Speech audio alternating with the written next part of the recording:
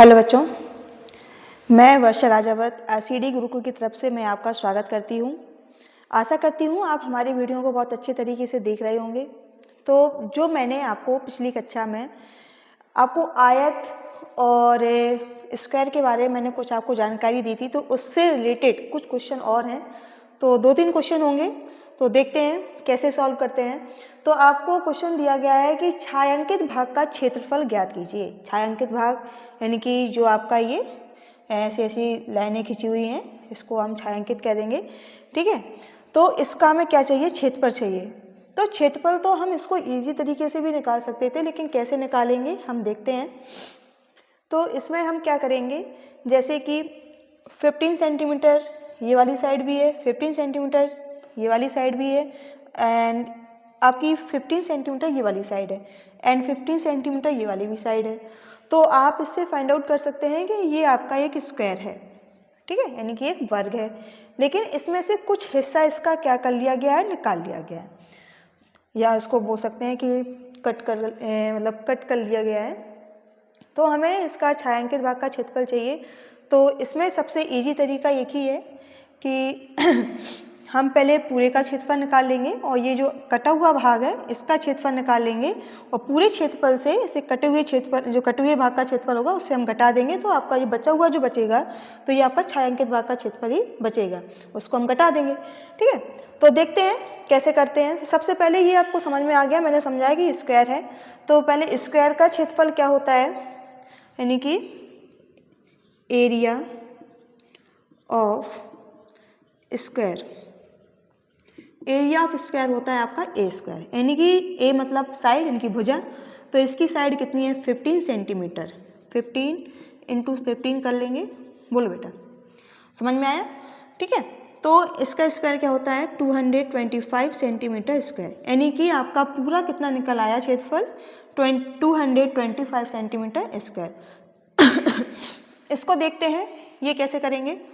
तो इसमें देखते हैं कि पूरा आपका कितना है, 15 है। इसमें कुछ क्वेश्चन मिसप्रिंट है, 8 सेंटीमीटर यानी कि, और ये आपका 3 सेंटीमीटर, ठीक है। तो अब आपको समझ में आया होगा कि अगर 8 ये है, मतलब 8 सेंटीमीटर ये है, 3 सेंटीमीटर ये, तो ये बचा हुआ जो मतलब हिस्सा होगा इसका कितना हो जाएगा, 4 सेंटीमीटर। कैसे हो जाएगा, क्योंकि टोटल आपका जो यहाँ से यहाँ तक की जो आपकी लेंथ थी कितनी थी, 15 सेंटीमीटर थी। तो यहाँ आपकी 8 ये निकल गई, 3 ये निकल गई, तो इसका मतलब 4 सेंटीमीटर का हिस्सा यहाँ से निकाला गया है। तो अगर 4 ये हो गई, 5 इसकी ये लंबाई हो गई, तो अगर 5 यहाँ है तो बेटा 5 यहाँ भी होगी, 4 यहाँ है तो 4 यहाँ भी होगी। तो आप समझ सकते हैं कि 2 साइड इक्वल, यानी कि आपका ये रेक्टेंगल बन गया। क्या बन गया, रेक्टेंगल। तो area of rectangle, area of, माफ़ी चाहेंगे थोड़ी याद तबीयत सही नहीं है, रेक्टेंगल कितना आ जाएगा, यानी कि एरिया ऑफ रेक्टेंगल कितना होता है, L इंटू बी, यानी कि लेंथ इंटू ब्रीथ, लंबाई गुणे चौड़ाई। तो लेंथ इसकी कितनी है 5 और ब्रीथ कितनी है 4 सेंटीमीटर, कितना आ गया 20 सेंटीमीटर स्क्वायर, ठीक है। तो मैंने बताया ना, पहले हम पूरे का क्षेत्रफल निकाल लेंगे, उसमें से ये कटा हुआ हिस्सा है उसका क्षेत्रफल निकाल लेंगे, पूरे से कटे हुए क्षेत्रफल को घटा देंगे, तो आपका छायांकित भाग का क्षेत्रफल निकल आएगा। तो हम घटाएंगे भाई, 225 माइनस 20, ठीक है। तो आपका आ जाएगा 205 सेंटीमीटर स्क्वायर। ये आपका आ जाएगा जो छायांकित भाग का क्षेत्रफल कितना आ जाएगा, 205 सेंटीमीटर स्क्वायर, यानी कि आपका ऑप्शन ए सही हो गया होगा। समझ में आया होगा, बहुत इजी क्वेश्चन है। थोड़ा दिखा देते हैं कि मतलब आपको ऐसा लगे आप घबरा जाएं, तो आपको घबराना नहीं है। तो आप इसको इस तरीके से सॉल्व कर सकते हैं, ठीक है। नेक्स्ट क्वेश्चन बेटा आपका है कि 1.3 मीटर भुजा वाली 4 वर्गाकार मेजों को किनारे से किनारा मिलाकर इस प्रकार रखा गया कि एक बड़ी आयताकार मेज प्राप्त हुई है। इस बड़ी मेज का परिमाप क्या है, ठीक है। तो क्या कह सकते हैं कि 1.3 मीटर भुजा वाली, यानी कि 4 वर्गाकार यानी कि आपकी स्क्वायर। तो पहला पॉइंट आपका यही रहा, वर्गाकार, यानी कि 1.3 मीटर भुजा वाली 4 वर्गाकार मेज़ों को, यानी कि 4 वर्गाकार मेज़ें हैं जिनकी भुजाएं आपकी कितनी हैं, 1.3, ठीक है। तो स्क्वायर है तो बेटा चारों भुजाएं आपकी 1.3 की होंगी। नेक्स्ट मतलब इनको क्या बोला गया है कि किनारे से किनारा मिलाकर, ठीक है, तो ऐसे रख देंगे,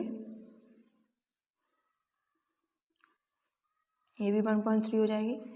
नेक्स्ट फिर आता है आपका, देखो मैंने इसको एक ही लाइन में क्यों रखा है आप लोग समझ सकते हैं। अगर ये जो 2 और हैं ना आपकी मेजें, इनको अगर हम नीचे रखते हैं, ठीक है, तो फिर आप उसको एक रेक्टेंगल नहीं बना पाएंगे, क्योंकि यहाँ क्या बोला गया है, आयताकार। क्या बोला गया है, आयताकार। अगर इन दोनों को हम नीचे सटा के रख देंगे, मतलब नीचे किनारे से किनारा मिला के रख देंगे, तो वो क्या बन जाएगा, फिर से एक स्क्वायर बन जाएगा, ठीक है। इसलिए मैंने इनको एक सीधी पंक्ति में रखा है।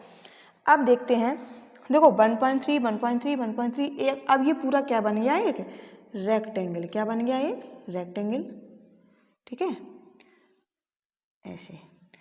तो ये पूरी टोटल कितनी होगी बेटा, कंप्लीट बताओ, कंप्लीट ये लेंथ कितनी होगी इसकी, तो कितना हो जाएगा 5.2, कितना हो जाएगा 5.2 मीटर। बात समझ में आ गई। ये तो आपकी 1.3 रहेगी क्योंकि ये पहले स्क्वायर था, ये यानी कि इनकी लेंथ हो गई, सॉरी ये इनकी ब्रीथ हो गई और ये इनकी क्या हो गई, लेंथ हो गई, ठीक है। तो ये चीज़ आपको समझ में आई, बिल्कुल आई होगी। तो क्या चाहिए, इसका परिमाप चाहिए। अब परिमाप चाहिए तो पेरीमीटर क्या होता है, पेरीमीटर रेक्टेंगल का पेरीमीटर होता है 2 × L + B, ठीक है। तो इसमें हम क्या करेंगे, आप पेरीमीटर = 2, लेंथ कितनी है इसकी 5.2, ब्रीथ है 1.3, ठीक है, और P = 2 × इनको हम ऐड करेंगे तो आपका कितना आ जाएगा, ठीक है, 6.5, मल्टी करेंगे तो इसका आएगा आपको 13 मीटर, यानी कि पेरीमीटर कितना आएगा, 13 मीटर। बात समझ में आई। क्वेश्चन बहुत अच्छा है और थोड़ा नया भी है, तो समझना आप लोग इसको।